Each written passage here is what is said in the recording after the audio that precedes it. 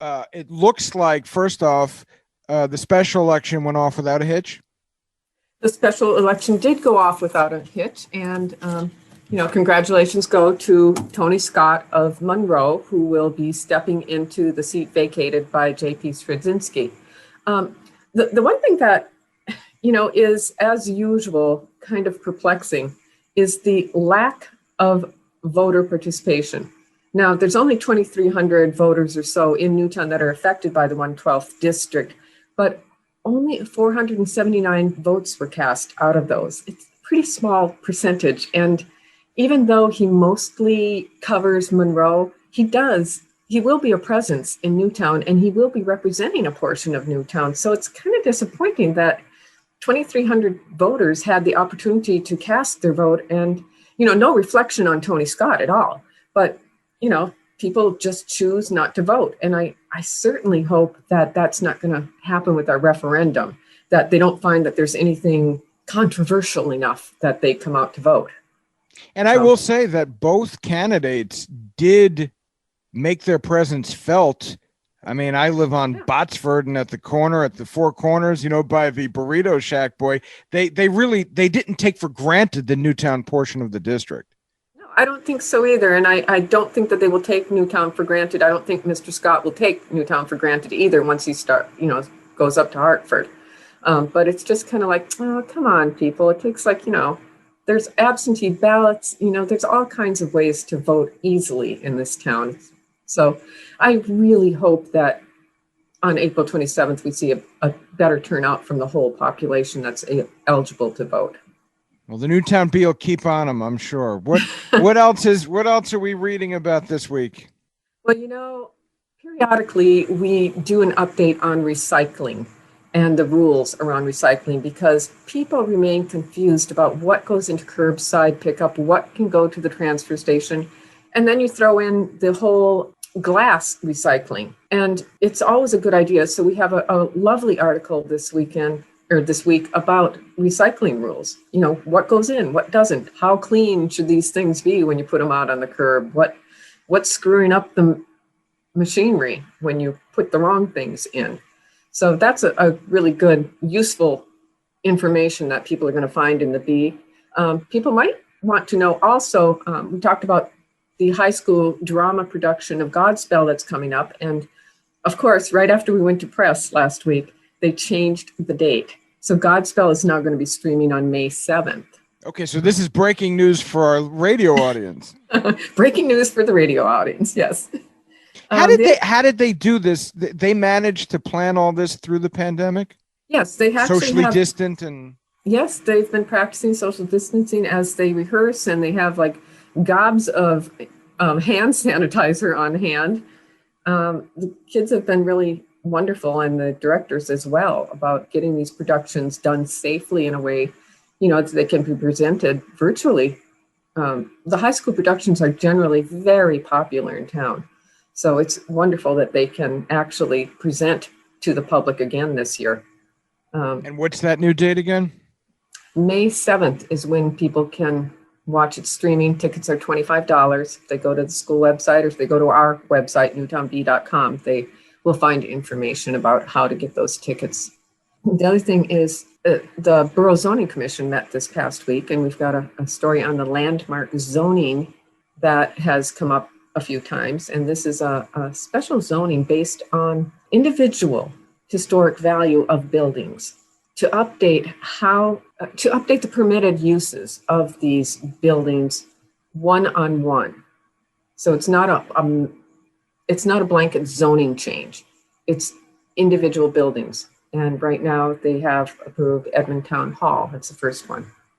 So people are going to want to read a little bit about that, I think.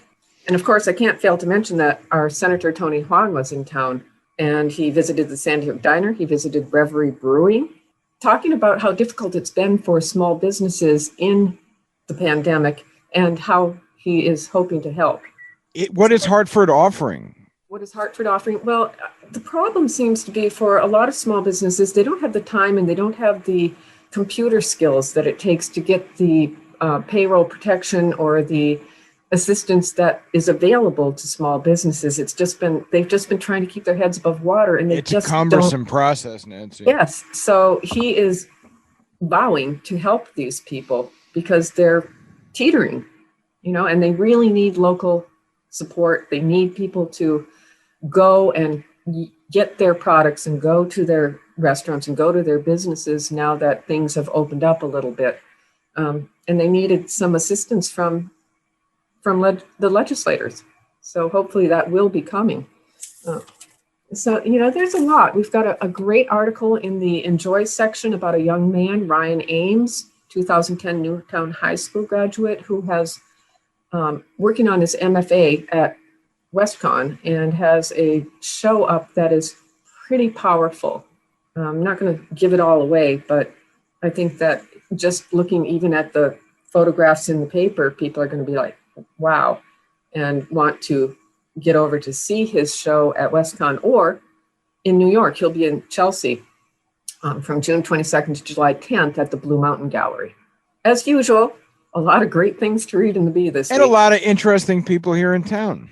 Always fascinated me that the wealth of talent and just, like you said, interesting folks. You don't run. Have you ever said, we're running out of people to tap for these articles? We have never. I mean, every time I think things go a little bit slow, you hear from someone like, oh, did you know so-and-so is doing this, that, or the other thing? Or did you know that so-and-so, once did this, that, or the other thing? And there are, writers, authors, illustrators, inventors. I mean, the list goes on. And generally people who kind of fly under the radar. Yeah. I can't remember if I was talking to you or John Voquette about the Red Cross blood drive, and because I give blood, but I realized I haven't done it in a really long time. And then I think I saw in the Newtown Bee Extra that there was they're looking for a certain type of blood donations, and they're trying to entice people to do it. And there's a number of blood drives coming up. There are, I believe, on April 22nd at the Newtown Congregation. Wow, I didn't mean to put you on the spot. You knew that off the top of your head. Boy, I'll tell you. People can sign up to go in and give blood. And I believe type O is what they are really hoping to get. But they need all blood donors. So if people are eligible, if you weigh enough, if you're healthy enough, please consider donating, because the Red Cross really does need. And I thought it was interesting that, I thought, what is the safety aspect, both from the donor's perspective and from the person receiving the blood? And the Red Cross has that covered too. Very good social distancing as much as you can when you're taking blood from someone. A lot of protection in place. They've been very careful, and people that I know who have donated blood have said they felt very safe and confident when they've gone. Nancy, the school year is almost over. Yes, it is. I mean, I remember talking to you when it was just starting. We made it another year under these odd circumstances.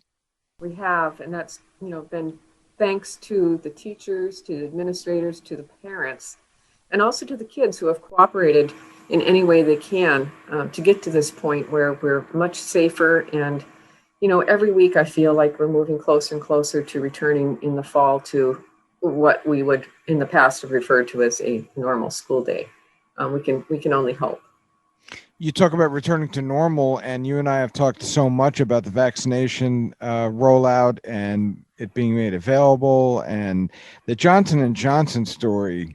That's not a good one. We're pretty disappointed on the air about how much confusion there is now and apprehension. And yes, it is. It's very unfortunate, but just the fact that you look at the math, it's very, very, very unlikely that anyone is going to have a reaction. But the really good thing is that they're on top of it.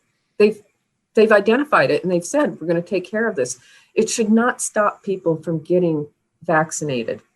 If you can get the vaccination, your chances of getting sick or even dying from COVID are greater than any chance that you're going to have some sort of horrible complication from the vaccines.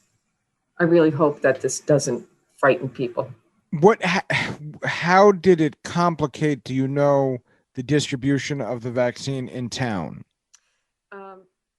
John has addressed that in speaking with our health director, Donna Okay. Culbert, in this week's issue as well. Okay, good. So, people will find Look that it up. article online or in the paper this week. All right. Well, I mean, that's obviously a very important part of moving forward. In the summer, we want to start doing more things. I'll be out there at Treadwell Park as a fully vaccinated individual swimming. Anything for the summer we should start looking forward to?